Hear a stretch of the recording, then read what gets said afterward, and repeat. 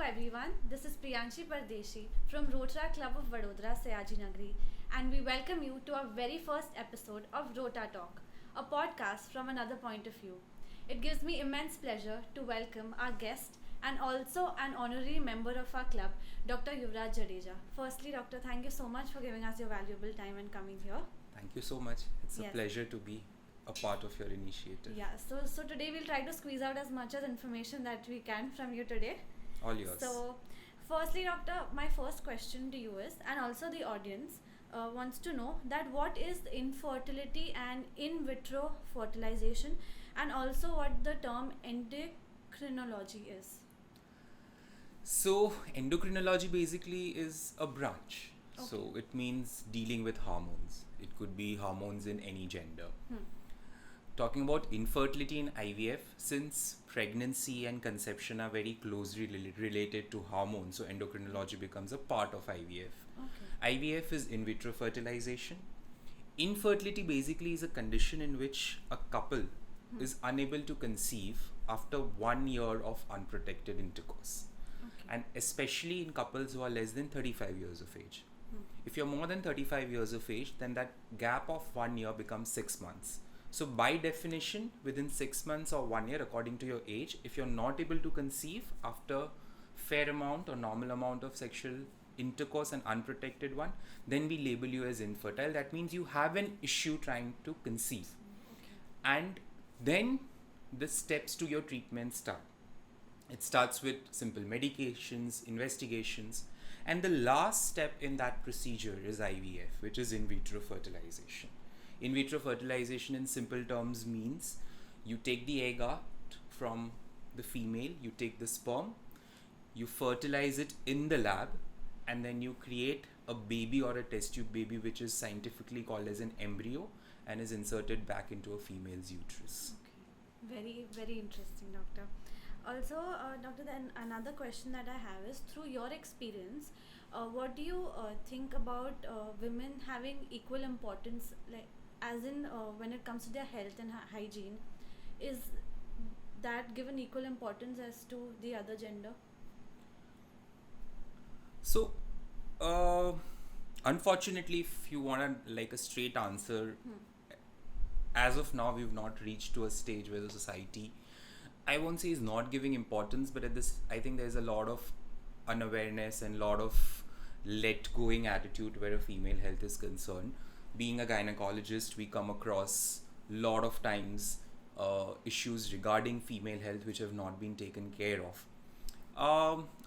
More of a, apart from a gender issue, I also think it is a lot of lack of education, lack of interest, and the whole society wherein females are meant to take care of the family first. The child comes, the whole, the entire way we bring up our girls. I've seen mothers who've come with their daughters 10 times to my clinic but have never expressed a problem in them, and then you realize that they were suffering from Yeah. larger number of years of a particular problem which they never expressed. So yeah, I mean, if you talk about giving equal importance and taking equal care, unfortunately we're not there yet. I also think that it's sort of considered a taboo, like people don't try to touch upon that topic. So certain elements of health might be considered Right. taboo, but now something as simple as pregnancy is also sometimes kind of neglected.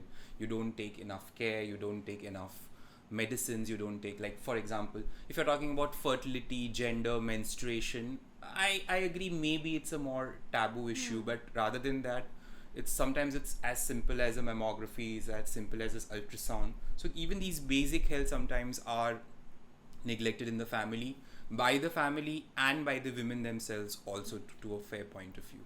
Since we're talking about discrimination, do you also notice that there is gender discrimination among, like, when families come up to you?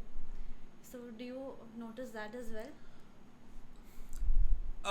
Yes, but the problem here is when you talk about gender, it is such a large spectrum that we are talking about.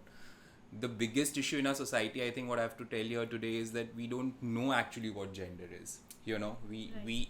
we define gender in very rigid and watertight terms. But if we, of course, are talking in the binary sense of the male gender and the female gender, forgetting the entire other marginalized society. Even in that majority of identification of gender, yes, there is an issue, like for example, if you talk about infertility, you always come across the female who is brought thinking that if the couple is infertile, it is the female that might have the problem. But most of the time, in fact 50% of the time, if 50% of the time, it is the male that usually is suffering from some kind of a disorder. Right. So there is definitely. Also, okay, and also I wanted to know that why is this a sort of a stigma surrounded when it comes to, like we just discussed about females menstrual hygiene and those sorts of things. So stigma is more, I think, the base or the root cause of the stigma is education. I think we lack in the education in terms of not only just the quantity, that is the number of people who are labeled as so-called educated, and also the quality of education, whether gender education, sex education, hygiene education, these are some topics that are like big time neglected in your growing years.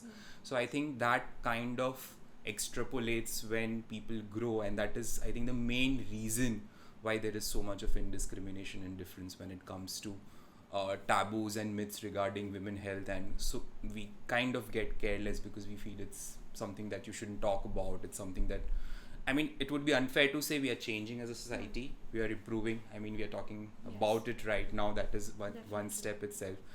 I've done multiple programs and podcasts talking about this health, but again, the problem is, 80% or maybe 60-70% of India lies in rural India. People where grassroots level problems are there, and who are not going to listen to these podcasts, who are not going to listen to and reels and have Instagram on their apps, and that's where the work needs to be done, and that's where we need to concentrate. Until we don't start teaching from those levels and the majority, I think we're still going to be quite slow where the progress is concerned.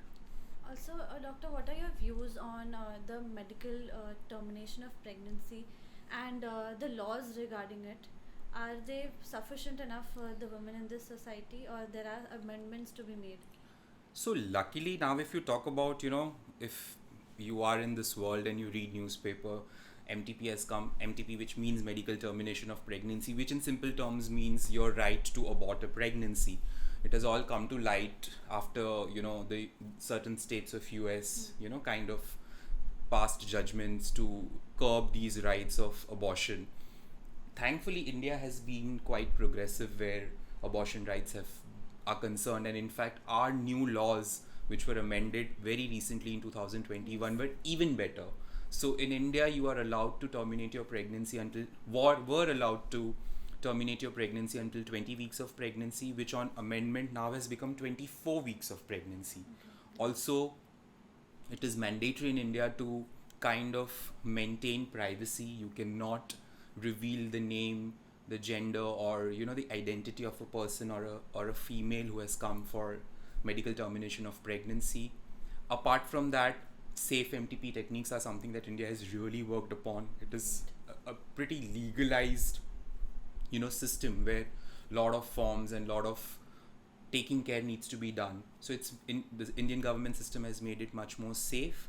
And the last is the best part is, even an unmarried girl, doesn't require, if you are an adult, you don't require permission from your partner or permission from your husband, so to speak, if of course you are an adult by age, to undergo MTP. So as of now, Indian medical termination acts are much better. So women are definitely benefited from these acts. Okay. And also, where does India stand when it comes to these rights and laws in comparison to other countries? So we are a developing nation, right?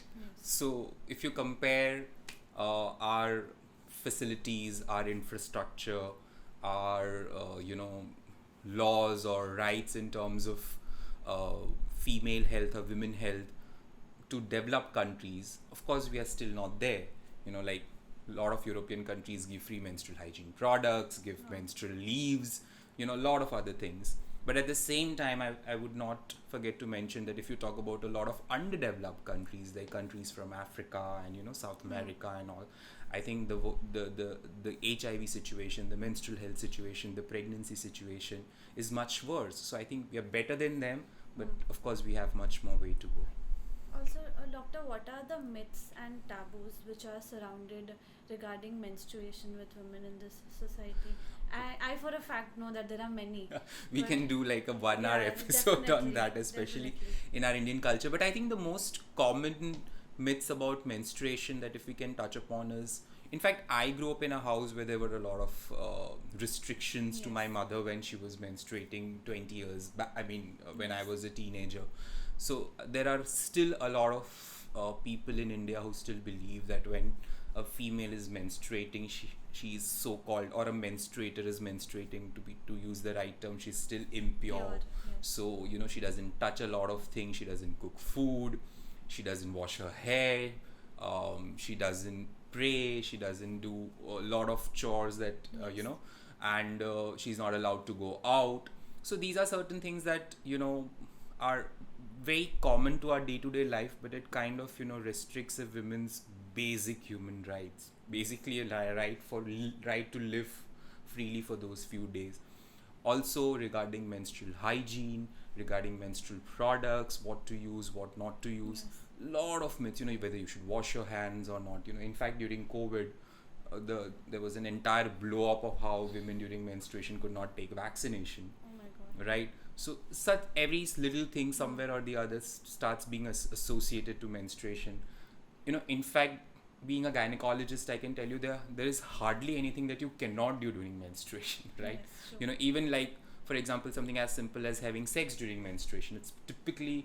It's very much a personal choice. There are a lot of couples who actually prefer having sexual intercourse during menstruation because it's less, for females sometimes it's less painful, the lubrication is less. So yeah, a lot of myths. Okay. Also, doctor, we as a club we have done a lot of sanitary pads distribution in villages and all these places. But still, till today, we notice that women over there, the older women, they refuse to use pads. They are happy using the cloth. Just like I've experienced this in my home. My grandmother, she also doesn't use pads. But my mom, she made sure that I have proper hygiene practices. So what are the ideal hygiene practices that women should follow during menstruation? So honestly speaking, hygiene practices during menstruation is not a rocket science. It's some like 5 to 6 very simple point. One is, of course, you need to be simply hygienic. When you say hygienic, means you need to first choose your method of sanitation. Right. It could be a pad, it could be a reusable pad, it could be a cap, it could be a cup, it could be anything, right? Something that you're comfortable with. Maybe try out a few things and then decide what you want to do, right? That is one. Second is, of course, you need to know the duration for which you're using it. I mean, if you're using a pad, you cannot change a pad every 12 hours. Yes. It is imperative that you know that a pad should be changed every 4 to 6 hours, a cup should be changed every 8 to 10 hours, right? So that is something that is very important. And then, of course, the biggest issue in hygiene during menstruation is cleanliness and cleaning.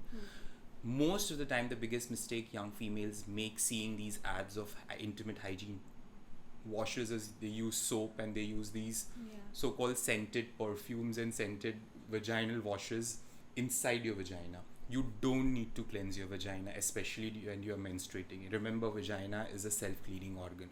All you need to do is take lukewarm water, use unscented medicated soaps if required, and clean the outside area of your genitals. You don't need to put anything inside your vagina. And the second important thing while cleaning is you always clean from from forwards backwards, not backwards forwards, because when you clean from backwards forwards, that means from your anal region to your vaginal region, you're actually bringing more organism towards your private parts rather than cleaning them. So you always clean from your vaginal area to your anal area, not from your anal area to your vaginal area. These are some simple tips that you need to follow, and that's it. Okay, that was quite informative. I also didn't know a few of these things. Also, doctor, like you mentioned, a menstrual cup. Can you throw some more light on that topic? And also the word cap. I'm hearing this for the first time. Yeah. So So there's something known as a cervical cap, which is not really popular, and there's something known as a menstrual cup. Basically, it's very similar to a menstrual cup, but it's a little shallow and it's a little broader, so it sits a little higher. Menstrual cup basically again is one of the menstrual hygiene products that nowadays, of course, is being discussed a lot. It has been there for a long time, but I think the awareness and the comfortness of using a menstrual cup has come more recently, because I think females are becoming more open to experimenting and Right. understanding menstrual hygiene. One, of course, because it requires you to insert something inside your vagina. So that was a concept that was sometimes a little foreign and uncomfortable for females to address, but now a lot of them are using it. So menstrual cup comes in different sizes. So one is you need to understand the size of menstrual cup. You know, it's different for a young girl, it's different for females who've already given birth. So Right. one is you need to kind of do your permutation combination for the size of the cup. Second, of course, is you need to know how to use it. Very important, how to insert it and how to remove it, because that's where most of the people kind of try it and then leave it, because if you don't insert it properly, or if you have problem removing it, people panic. You know, sometimes it causes pain, they panic, what's going to happen, where is it gone, and that's where most of them stop using it. So I think talk to a friend, if not talk to your gynac, learn how to insert it and remove it so that the process becomes easier, the positions, the way you need to fold the cup, etc. Second, of course, is how to clean the cup. How long can you use it? That doesn't mean that you put a cup, meaning, you know, you don't need to do anything for 3 days. You need to regularly, depending on the size of your cup, remove it every 8 to 10 hours, clean it and put it back. And once your period is over, how do you sterilize the cup? But these are all easy now. Every time you buy a cup, you get a list of, you know, do's and don'ts, and the net, the YouTubes and Instagrams are filled with information around it. But last thing what I want to tell about menstrual cup right now is there's a kind of peer pressure, because menstrual cups have become so popular these Yeah. days that, you know, young girls are kind of coming under the pressure of using menstrual cups. But I think it's very important for everyone to know that, as I told you very initially, find your method of sanitation. It is not necessary that you have to use a menstrual cup. Right. Because, you know, sometimes you hear that, you know, menstrual cup is good for the environment, you're using pads which are not good for the environment, you're wasting this much plastic, and you're doing this and you're doing that, and you're coming under the pressure. But there are a lot of girls who will never be comfortable using menstrual cup, who might have pain during menstrual cup, like girls who have vaginismus, who have endometriosis, who have, you know, inflammation in their vagina, because menstrual cup is a tightly fitting kind of an instrument that sits into your uterus. So one, of course, learn, but if you're not comfortable, don't come under the pressure कि अरे, you know, दुनिया को बचाने का ठेका आपने नहीं ले रखा. So it's okay if you can still go back to your pads, but again, there are other ways. You can use reusable pads, you can use biodegradable material, meaning natural pads. Second very important thing which I forgot to mention during, you know, taking care of your menstrual hygiene is you should always be aware and right in your disposal method. Yes. Whether it's a menstrual cup, whether it's your pad, that's the main source of whatever pollution and environmental issues that we are talking about, right? It's just by using a menstrual cup, you're not going to save an environment. But by knowing proper disposable techniques, where to throw, how to reuse it, that's something that's important. Okay. Also, doctor, what do you think about people being aware about the cervical cancer and the HPV vaccine? Do you think that people are now being aware of these issues? So a little bit, yes, because of course, again, a lot of doctors are now talking about it, recommending it. But, you know, there are a lot of countries who have actually eradicated cervical cancer, because they have made vaccines mandatory. Unfortunately, cervical cancer vaccine as of now is a little costly for our country. So it's not something which is a routine vaccination that goes on, but more and more girls are taking it. In fact, you know, what people keep on asking me, you know, is there a cure for HIV? How do you prevent HIV? How do you prevent this? How do you prevent that? This is one of the cancers and one of the common female cancers which actually has a prevention method, Exactly. which is almost more than 90% effective if taken at the right time in your younger ages. And in fact, the range of taking it is also so large. You can take it anywhere between 9 to 45 years of age. But of course, it's suggested that the earlier you take it, the efficacy is more. So in fact, The best time to take your cervical cancer vaccine is before your first encounter of sexual intercourse, because that's where you get exposed to HPV virus, which is human papilloma virus. There are two types of vaccine. The newer one is a Gardasil 9 vaccine, which is even more effective. You have to take 3 doses or 2 doses if you take it earlier. Luckily, India has come up with a cost-effective vaccine just recently in the few months, which is going to come in the market in the next year or so. If it comes, it's very, very cheap, and I'm sure more people will benefit from it. Okay. So, doctor, the last question that I have for you is, what can we, as probably youth or citizens on the very ground level, what can we do for our women folk? I think the first thing is you need to read. Okay. I understand that there is a lot of material available on the internet which might be confusing, but there is a lot of truth also, where health is concerned. So I think, as you say, if you cannot help yourself, no one is going to help you. So first is read, understand it, clear your doubts. Where you feel that there's something that you don't feel comfortable, or it's something that you are not aware about or not understanding, discuss it with people, be it your gynac, be it your mother, be it your sister, be it your friend, and then after having the right information, I think talk about it. When you say talk about it, talk amongst your friends, talk amongst, I always encourage when we go to lectures, and when I take kind of seminars for young girls and young guys, I always tell them that you are going to talk among themselves, but make sure that you talk to your health's daughter. Make sure that she's taken a vaccine. That is one thing extra that you can do. Make sure that if someone is speaking something that you feel is incorrect, don't stay quiet. With respect and humbleness, try to correct them, because if you are not going to correct them, that information is going to keep on passing. And of course, the last thing is, wherever possible, try to do as much ground level work and awareness situations like you're doing right now. The young Your Track group is doing a podcast. Probably even if 100 people listen to this and learn one thing, your job is done. So that's something that everyone needs to do, and probably we'll have a better society. We're extremely grateful for you, doctor, for coming here and helping us kick off our wonderful series of Rota Talk.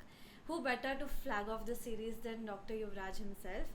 And we thank you, sir, for being our guest for this podcast series. Thank you. Thank It you was so a much. pleasure. Same here.